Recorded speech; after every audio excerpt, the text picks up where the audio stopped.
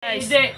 mag-ina nagkukulit, nagpapaalam yung anak, magsiswimming daw siya. Aga, magsisimula ka na naman. Mamaya, mga alas 12.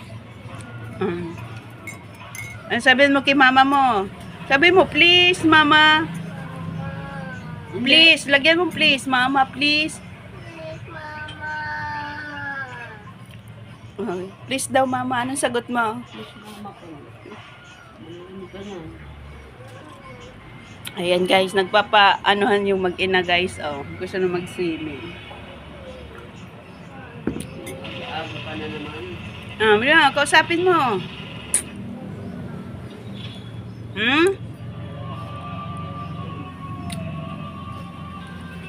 So, dito na si guys. Manahimik ka dyan, manahimik ka. Hinihilan mo ako. Sabihin mo kasi, mama, please.